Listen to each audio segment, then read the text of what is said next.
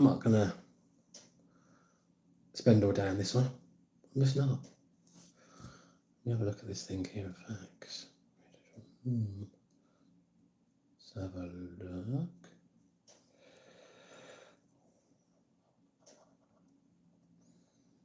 What does the underwater look like? That's weird.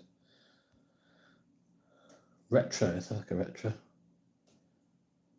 Retro. I'm retro now. These things are kind of weird, these effects. I just thought, oh, let me have a look at them. Should I get rid of retro? Get rid of retro. What about, let's have a look. Blue retro. Oh, blue retro's cool. It's here in 1959, and we are gone back in time. No, we haven't gone back in time. I'm just messing around. I like that blue retro's kind of cool. I do feel like it's like a weird movie. Blue retro. 1959. Does blue retro work with 1959? I think I like the look. So I'm talking about science fiction, so I like the sort of aged effect on it. I'm going to keep that on. I'm going to keep the aged effect on. I think it's cool. I think it's kind of funky. Do I think it's funky? Maybe not for the whole video, but it's kind of cool. All right. So, talking about Pluribus, which is a big hit for Apple TV. Just been greenlit for season 2. Greenlit. And they're promising a big finale to season 1. And it follows our protagonist, Carol, who's a very unlikable, grumpy, entitled, shall we say, woman. She's entitled. She's a Karen. If I say Karen, we all know what a Karen is. She's a Karen. She's very entitled. She's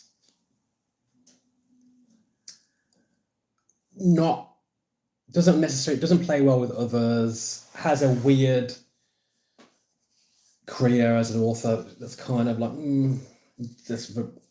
very average and whatnot.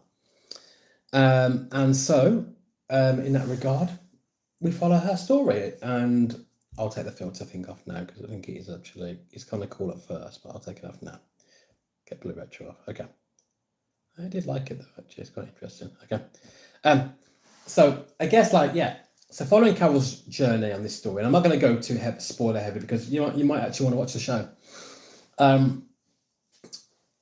We've seen her journey navigating her world completely change around her, where essentially an alien virus has completely changed the world.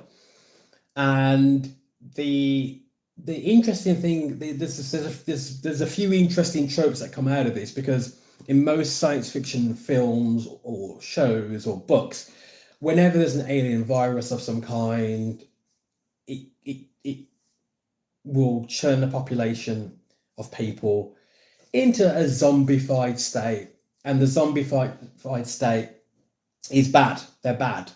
It's always a degradation. It's always a privation of what they were before. So whenever you're watching science fiction tropes to do with zombies of some kind, or a sort of, a sort of alien takeover of humanity, it's always that humanity is always in a worse state than what it was originally. It's always like, oh, okay, this is bad. Everyone's a zombie. They're degrading. Not only are they not themselves, they're completely falling apart. There's nothing good's coming out of it. And what Pluribus has done is it's kind of confounded that expectation. I guess in a way they've done a Rian Johnson. They've subverted expectations, and actually, the big surprise is that the new zombified state of humanity, where it's a hive mind. They're all of one accord, and they're happy.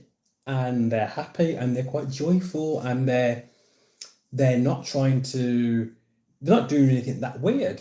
They just seem to be content and happy. and in this state of unity consciousness. And it's an interesting trope. Hi, Ashley Boy 2.0. How you doing, mate? What's up? Wagwan. They seem to be in a contented, hive-minded state. They seem to be happy.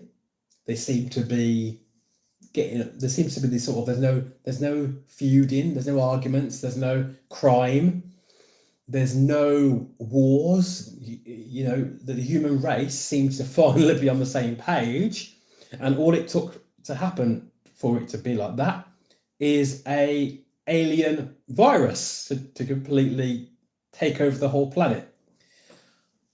Hi, Olivia. Yeah, bro. Yeah, I mean, it's early in the UK, so it's still. I don't know where you're based, dude. Ashley, where you're based, but yeah, it's a good start to the day. It's all right. It's okay. Nothing to write home about at the moment, but it's all right. It's okay. Hope you're doing well. Hope you're all doing well, and keeping well. Scotland. I can do a little bit of a Scottish accent as well, aren't there? So yeah, I've got some Scottish friends, and I do like to work on my Scottish accent as well, lad. So it's not perfect yet, lad, but I would look to think of myself as a proud Scotsman when it comes to my accent, as representing Scotland, because I got Scottish friends, so I do copy their accent. I do try and pick up accents, and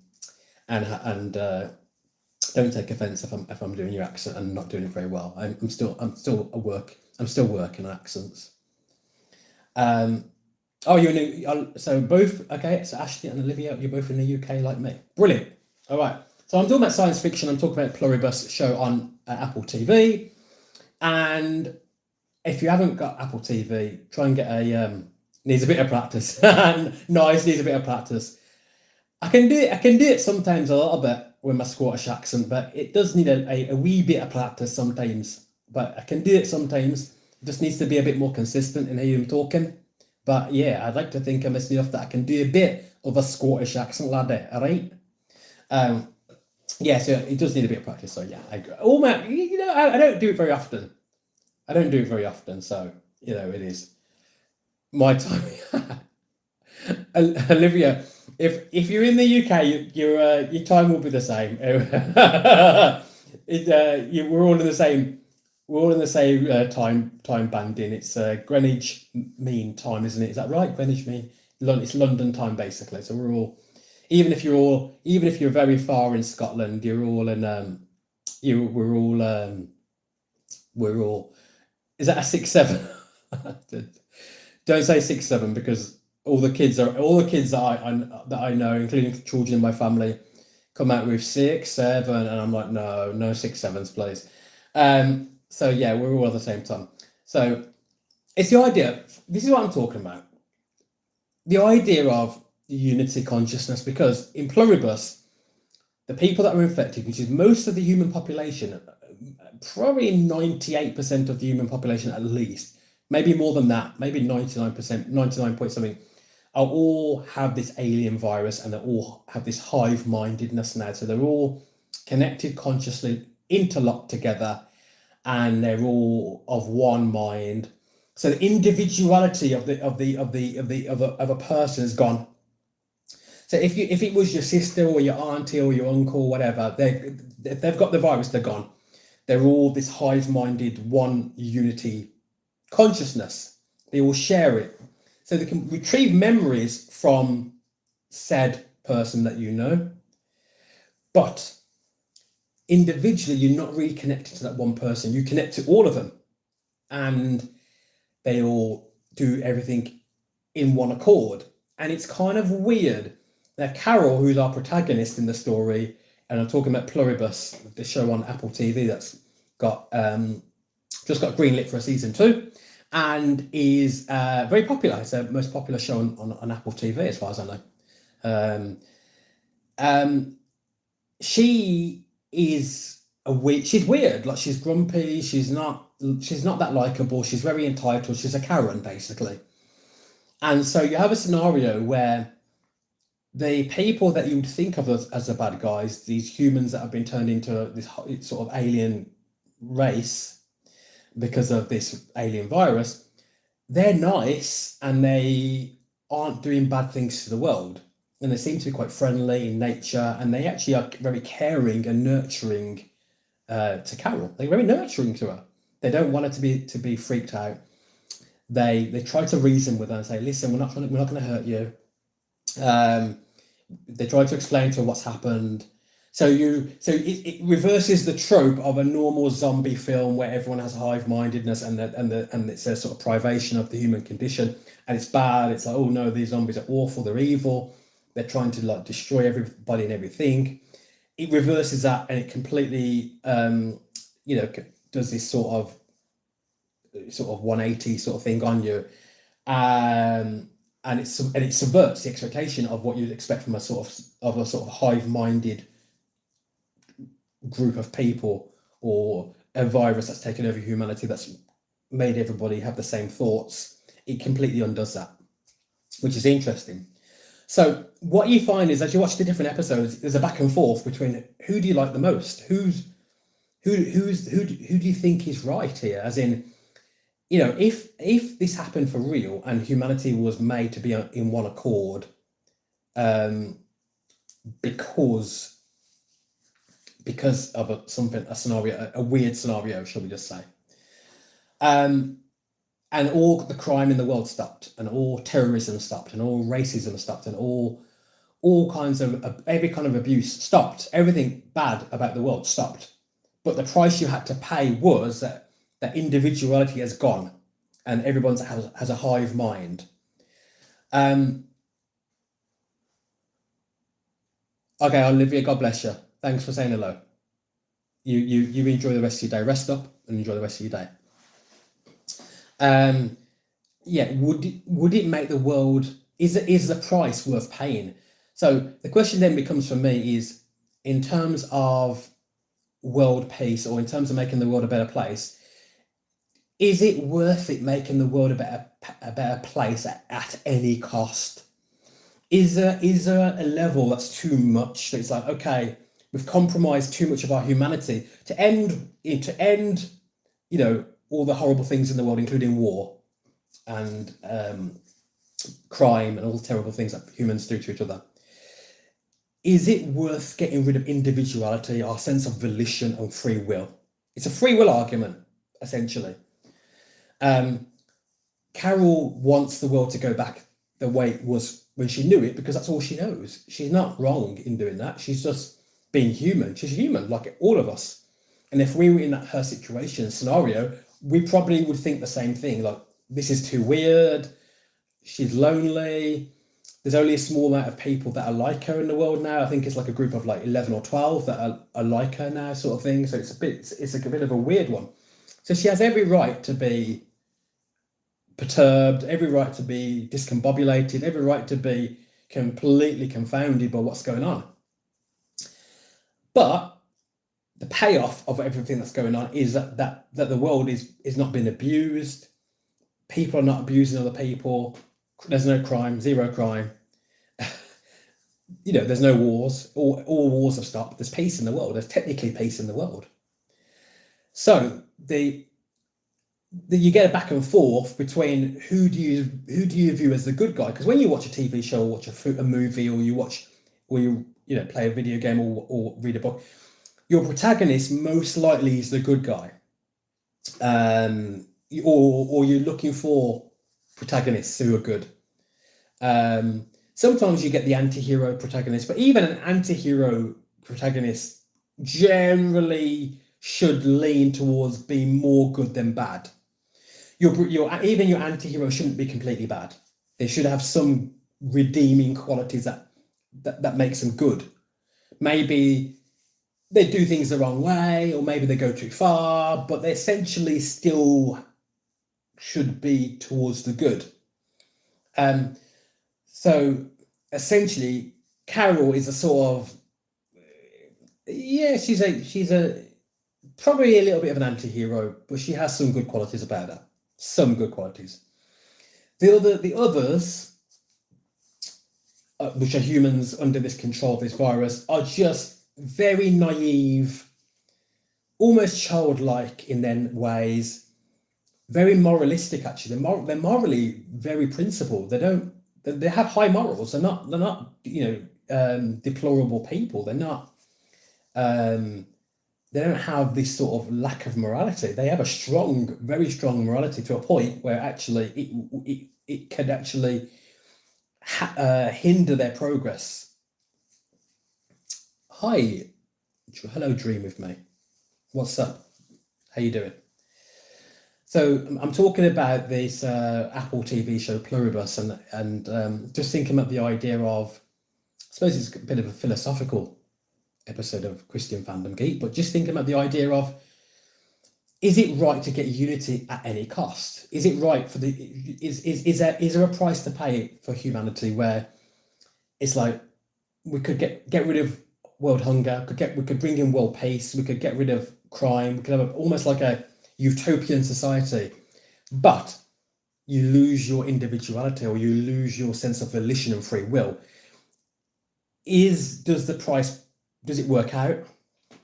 And for me, it's a tricky one, because in Pluribus, the world that you see in that TV show, there's some good things about that world. There really is. There's some good things about that world. There's some good moral things about that world. Crime's gone. There's no murder. There's no crime. There's more unity in the world. So there's some good stuff about it, but as humans, a sense of free will, even if we don't have complete free will, a sense of free will is fundamentally human, part of human volition. Part of it, what it is to be a human being, is to make choices. And so actually, if we can't make any choices at all, are you still actually human at all? Have you given up your humanity? Is it a bad deal to do that? We're fundamentally human. You have to make choices. You're talking about Ronaldo dreaming, mate. If you can't like Ronaldo, if you can't say I prefer Ronaldo over Messi, then or I prefer Kylian Mbappe, or I prefer Neymar, or I prefer this footballer or that footballer. You have to choose, and that's part of life, is to make choices. What you like? Do you like chocolate ice cream? Do you like vanilla ice cream? Do you like strawberry ice cream? They're choices that we make in life. What's your preference on things? Do you like Aston Villa? Do you like Liverpool? Do you like Chelsea? Do you like Arsenal? There are choices. Do you like Real Madrid? Do you like PSG? They're choices that you make.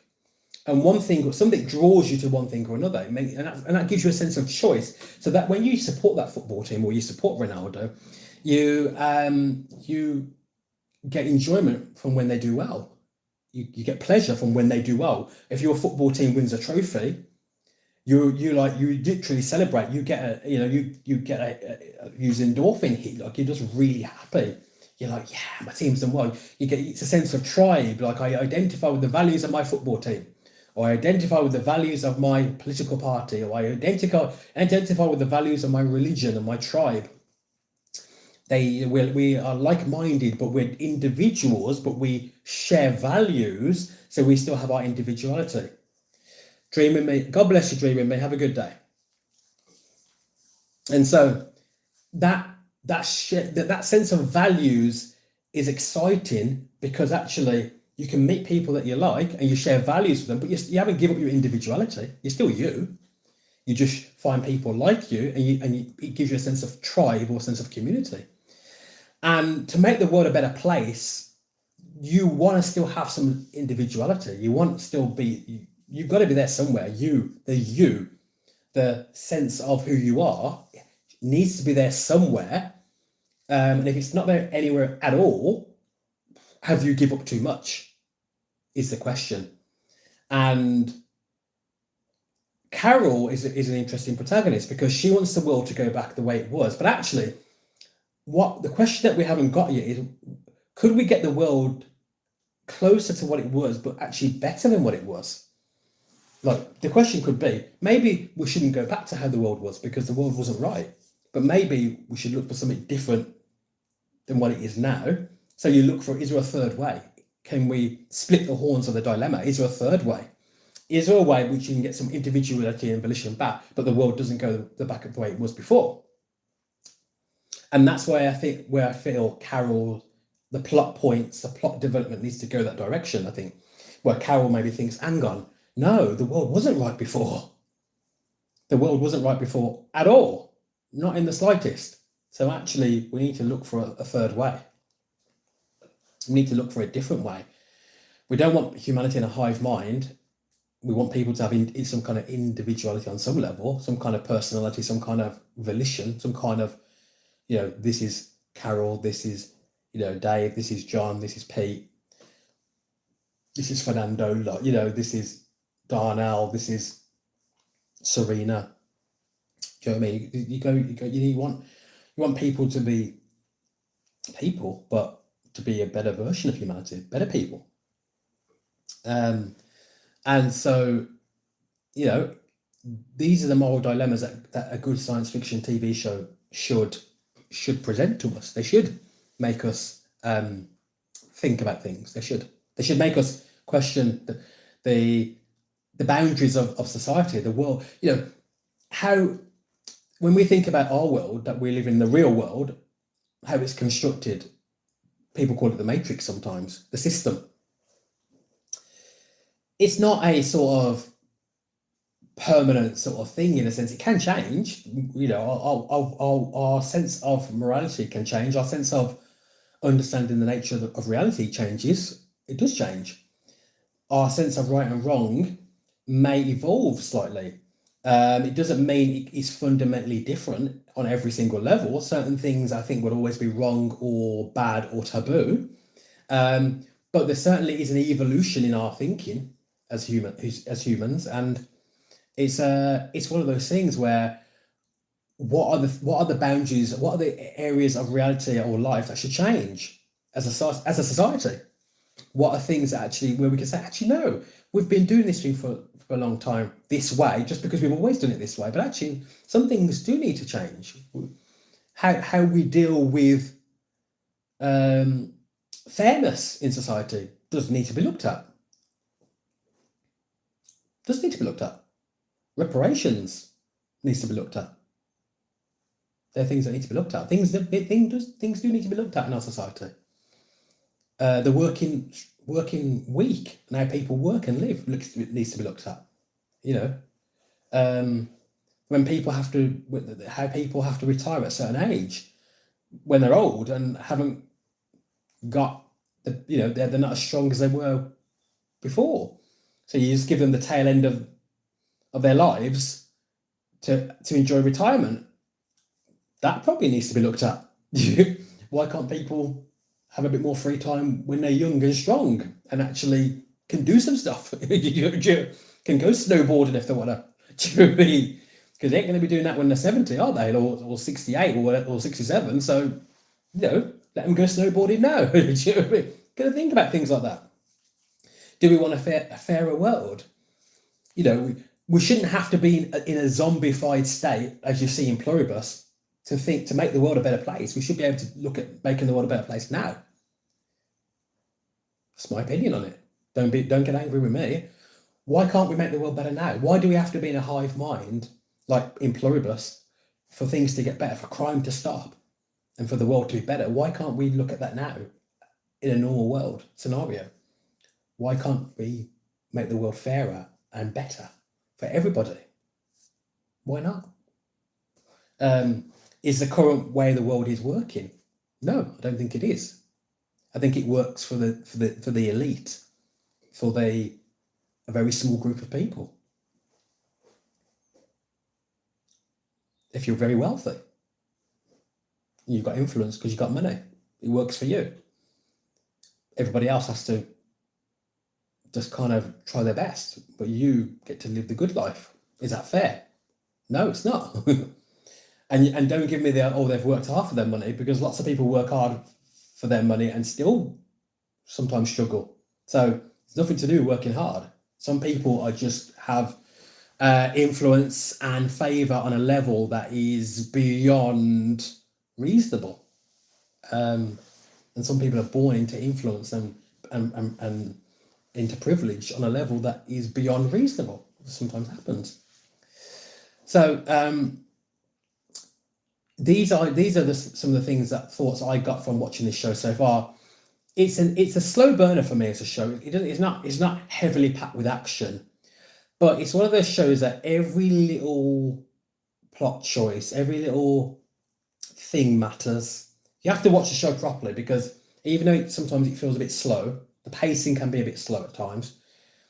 Everything that happens for a reason. They don't waste anything. Everything that you're being shown is very deliberate, and it will pay off now or later on in the show. And so in that sense, the show is very, very well written.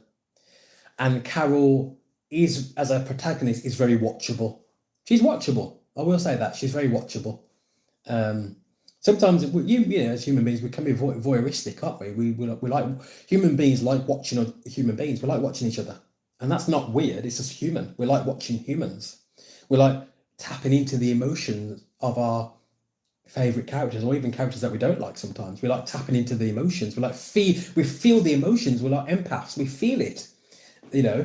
If they're happy or angry, whatever, and it can resonate for a lot of people watching the show. It can really resonate because we're humans. That's how we connect. We're very emotional. Humans are emotional, so we should know that by now. If you don't know that by now, you might need to work on your emotional intelligence, because emotions are a big part of the human experience, shall we say. Big part of what it is to be human is looking at emotions. So yeah, so it's a good show. I'm looking forward to the final episodes coming up. I'm looking forward to season 2, which has been greenlit. I think it does ask good questions about who's the good guy, who's the protagonist, who's right and who's wrong. I think it asks good questions, and I think that's absolutely fine.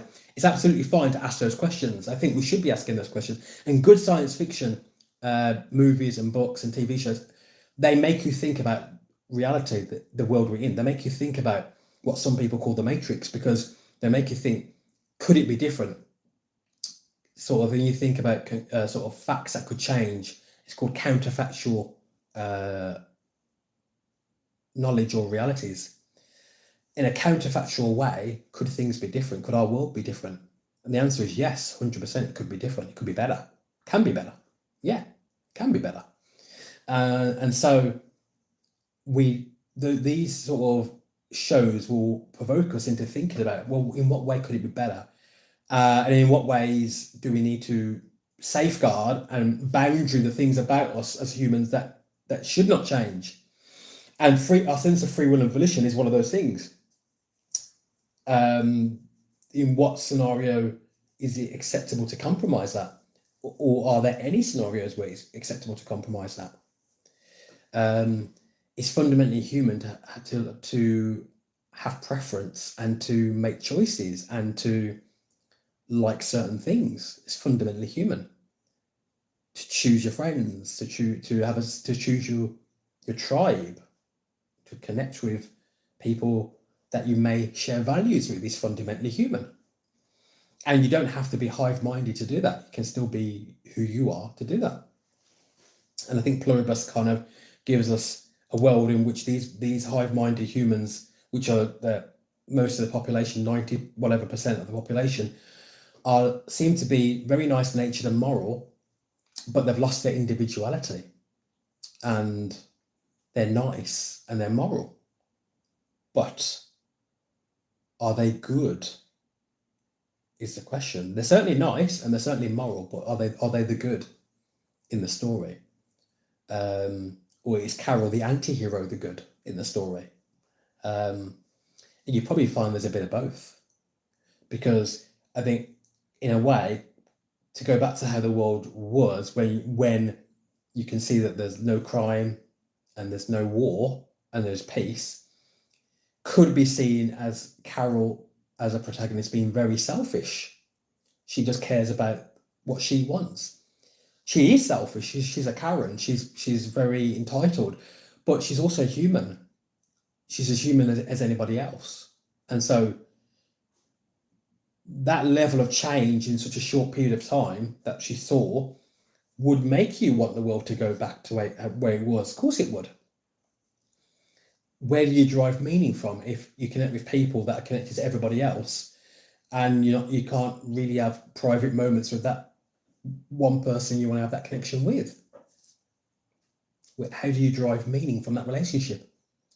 How do you derive intimacy if everybody is connected to everybody else? Where's your intimacy gone? Do you know what I mean?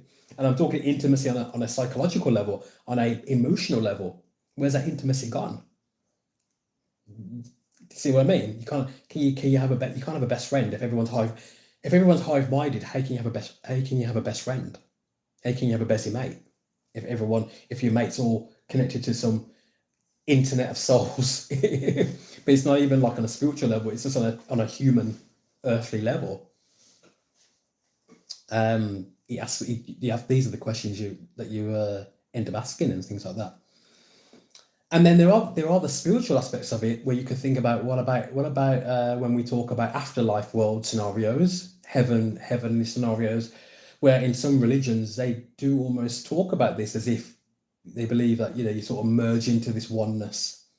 And then a lot of the truther movement people who talk about sort of these experiences as well. If you look at sort of people like Robert Monroe and the stuff that he wrote, and some of the people that talk about Robert Monroe and that sort of stuff, the people that are part of the remote viewing community, they talk about the spiritual realm as a place where you can connect with people on that sort of level, where it's like that sort of oneness.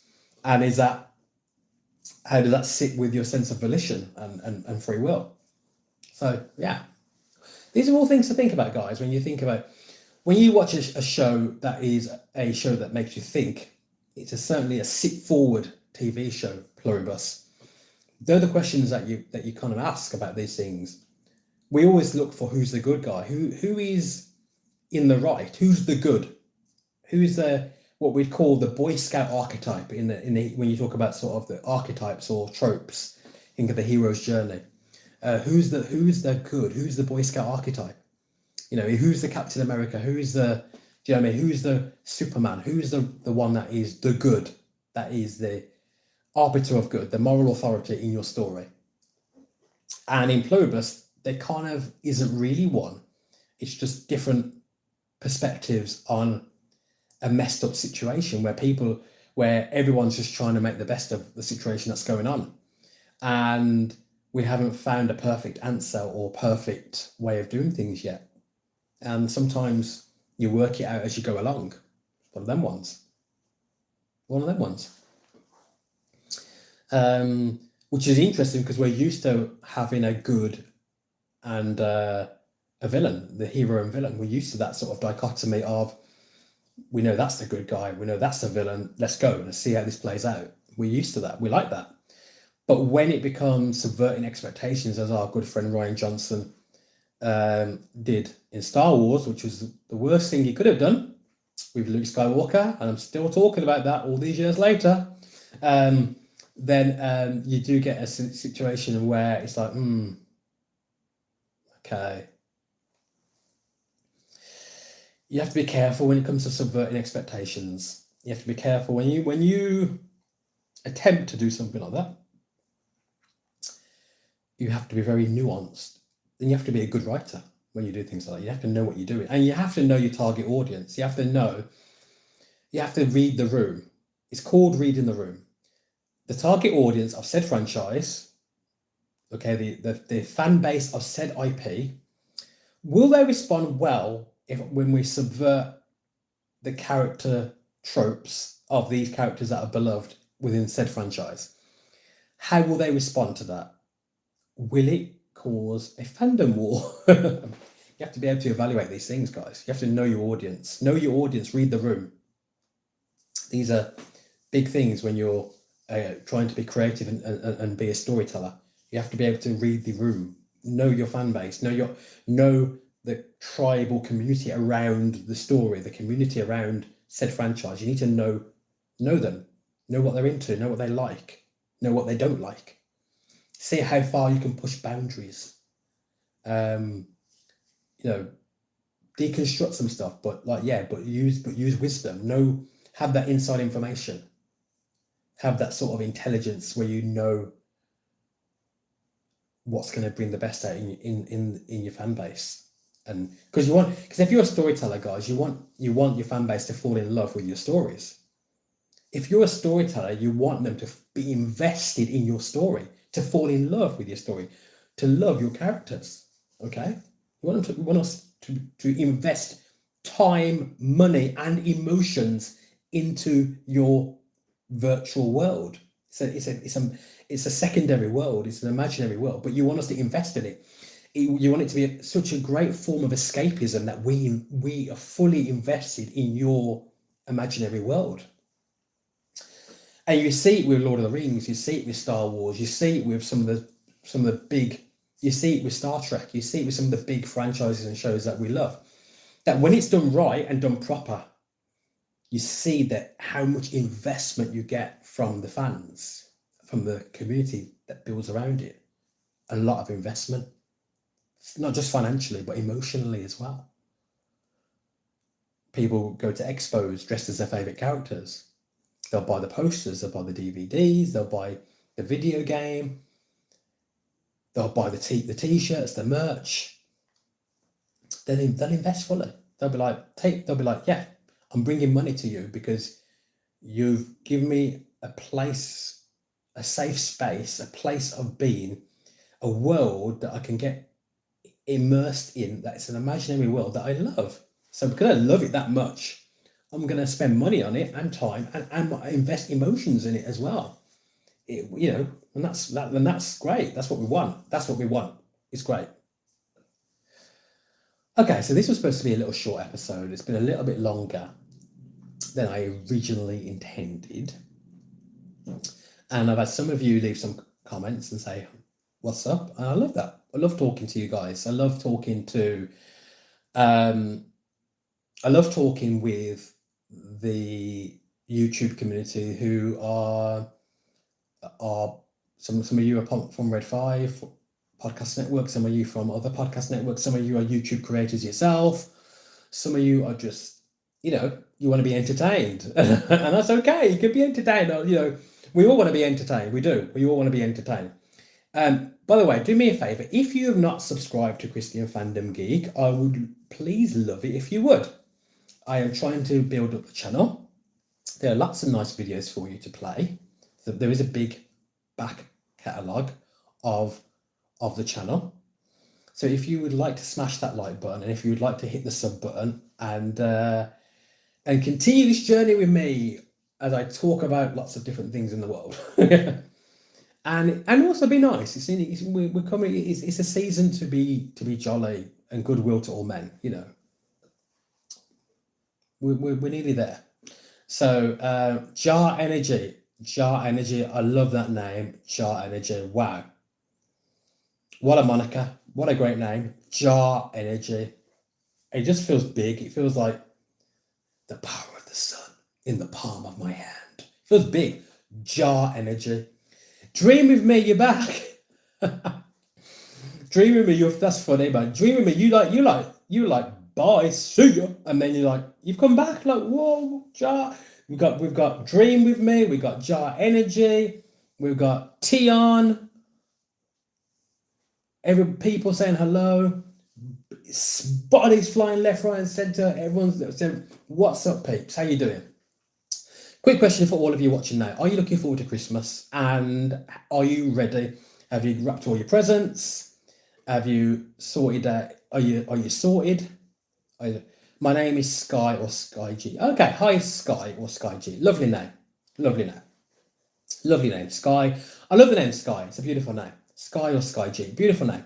And Jar Energy. Jar Energy is big. Jar Energy is like, you gotta be big. You gotta be a big person to have that name, Jar Energy. You gotta be like big. You gotta be like WWE wrestler big. You gotta be like some big dude. Dream with me is like bye. Dream with me. Okay, Sky or Sky G. I'm gonna call you Sky. Sky, you like a yo-yo. You just like a yo-yo back and forth. See ya. You like this. See ya, and then you're like, I'm back. I'm back, everybody. What's up? So I just find that funny because 1 minute it's like see ya, bye, and then it's like actually you know what, I'm back. Oh yeah. So I find that quite funny. Jar Energy, you gotta be like do something like wrestling or boxing or something because that's a big name. You gotta do something big. That's a big name. Jar Energy, like it's like that's like saying like jar. You know when some people call like God jar. It's like a kind of, it's like a it's like almost like saying God energy, like big energy, God energy, like just energy that's like divine energy. It's just big name. It's a big name. It's a great name. Great moniker. Be a good name of a YouTube channel. Jar Energy. Oh gosh, you think about like Prime. You think about Prime. You think about like the Prime, and you got Prime, and you got all these YouTubers supporting Prime. You like watching UFC. There you go. Boom. I called it. I called it. I called it spot on. I called it. I called it. It's a big name. Got to be something physical, like big. You need big dudes wrestling or something like that. Jar Energy. Big name. It's like Jar Energy. I can think of it like Prime. You think of Prime when you got is it Logan Paul, whatever Paul, all these Pauls that are doing the that like that do these drinks and all these things, all the energy drinks, and I just think like it's almost like that. It's like you should have an energy drink called Jar Energy, and you should rival Prime. So rather you got Prime, it's like you go to the shop, it's like should I have Prime or should I have Jar Energy today? So I think I'll have Jar Energy today. And it's got all these nutrients in it. It gives you lots of energy. So when you go to the gym and you want to be a big dude at the gym, you're getting these pythons out. You're doing all the you want to be big like WWE big. You want to be like I don't know like Goldberg big or like The Rock or like Triple H big. You want to be some big dude, and you think I'm gonna drink my Jar Energy. It's like yeah man, you got Jar Energy. It's got all these vitamins in there. You're gonna drink that. You're gonna have so much energy. And you go to the gym and you work out. It's gonna be like boom, like big dude now. I'm big and I'm drinking my Jar Energy. You know what? I think I'm gonna prophesy it now. You're gonna go and do that. Go and do that. Make that energy. Make that drink. Build that energy company. And I want royalties because I've got proof that I came up with the concept because it's recorded on Christian Fandom Geek. So I got proof. So I'll be coming for my like 50% of that. Just know when you bring out Jar Energy, and people like all over the world are drinking Jar Energy, and like especially in like the Caribbean and black countries are like because that's going to go well. That will go really well in Jamaica because they're going to buy. Jamaica's like yeah we know Jar, so we're going to buy that. And then most black people who have sort of in the USA and Canada are like yeah we know we got Jamaican family, Caribbean family, so yeah we know that as well. So we're going to buy that. It's like super malt. Basically, Jar Energy will be like almost like super malt. You'd have like Prime, and then you got a Jar Energy like that, and then you have like super malt, and then there'll be like a version of Jar Energy that's like a version of super malt. Basically, that's the drink. So yeah, Jar Energy is going to be like basically like super malt, but also I think you start off like Prime because then you get some money away from Logan Paul, all the Pauls, Jake Paul. I don't even care. There's too many Pauls, all these YouTubers trying to fleece people. So you get some money from them because they have too much money anyway. You put it into Jar Energy, and then you do almost like a version of super malt, but your own version of super malt. So then you can do the energy bars. So when guys and girls go into the gym, you have the energy bar, Jar Energy bar, Jar Energy bar, Jar Energy bar. Whoa, I'm a genius. Jar Energy bar. So you have your Jar Energy bar as well. So you have your Jar Fuel Reloaded drink. You have your Jar Energy bar. Come on, I'm a genius. Don't hate on me just because I'm a genius. Don't do it. Okay? So there you go. We sorted you out. Right. If you are watching this stream after the stream is finished, because I'm going to wrap up the stream now, because I've been with you nearly 45 minutes, and I intended to be with you about 10 to 15 minutes, maybe 20 at a push.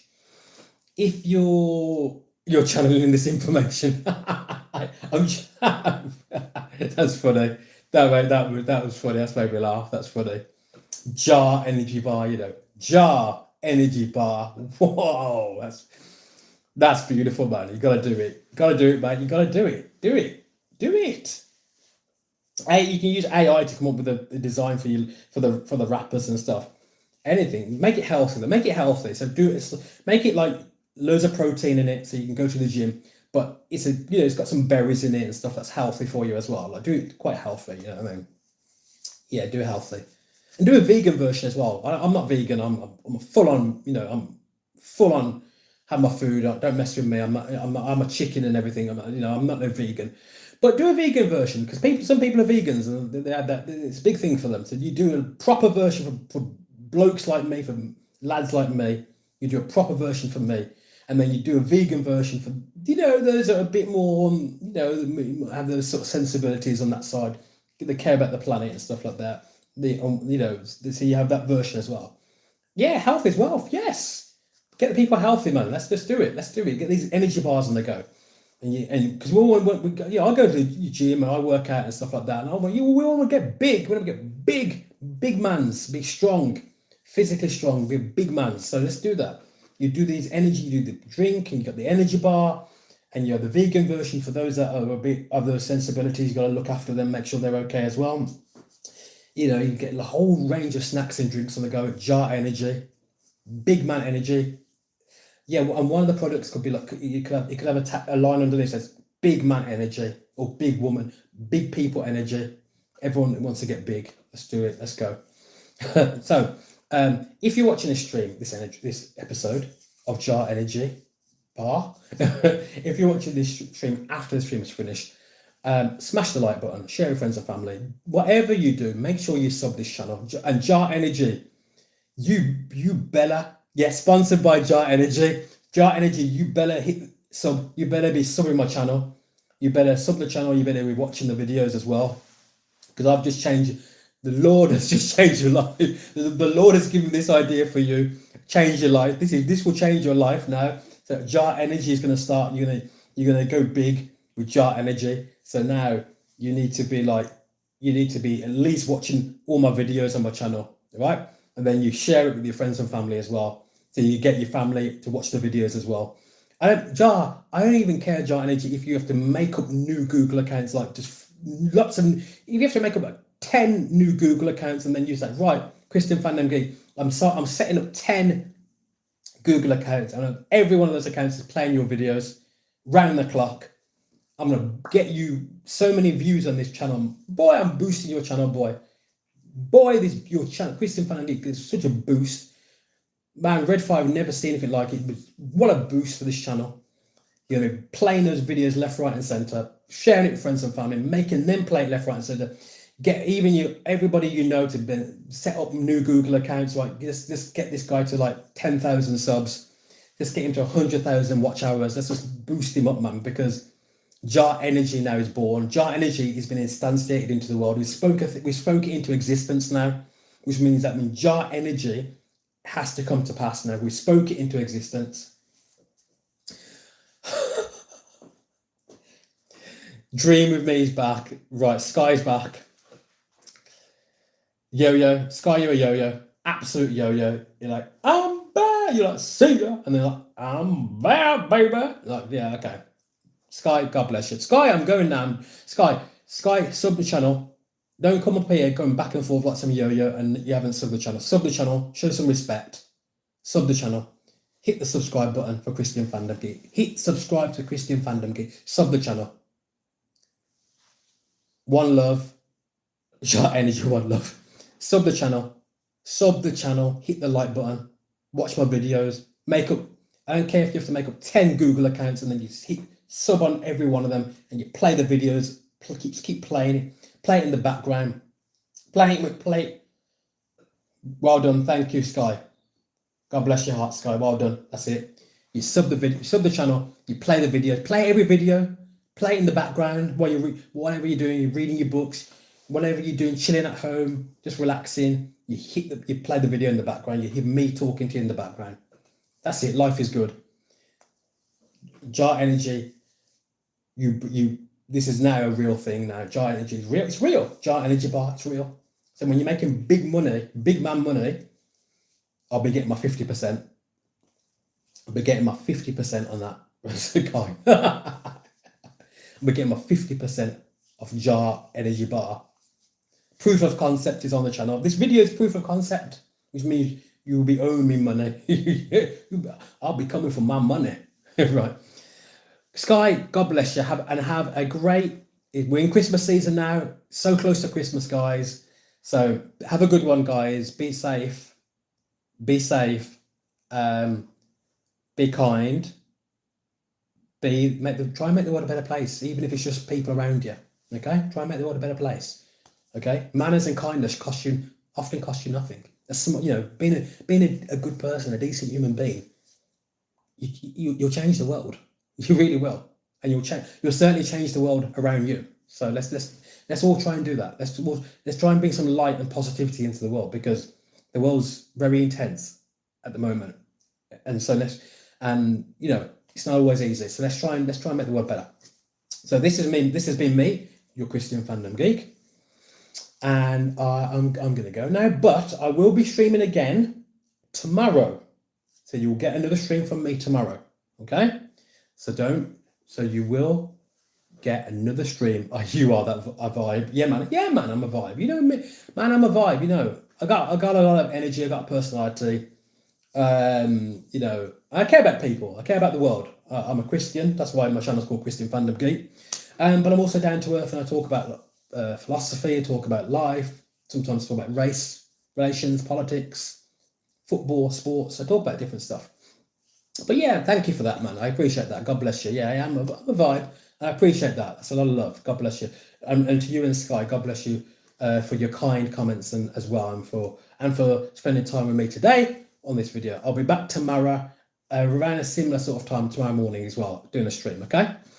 And I'll be popping up here and there doing some streams for Christmas. So make sure that you've added my channel so that you'll get, and make sure hit notifications so you'll know when my other videos are coming out. And we'll talk again, bro. Let me know tomorrow about what you're doing with Jar Energy. You need to talk to some manufacturers and whatever. Get a vision board going. Come up with ideas for design. Which markets you want to go in first? Do you want to go in the Caribbean first? Do you want to go in the USA first? You go in your city first. We'll get everything going with the Jar Energy bar and the Jar big man drink and everything like that. We'll get it going. All right. God bless you guys. I'll be with you again very soon on Christian Fandom Geek. Booyah.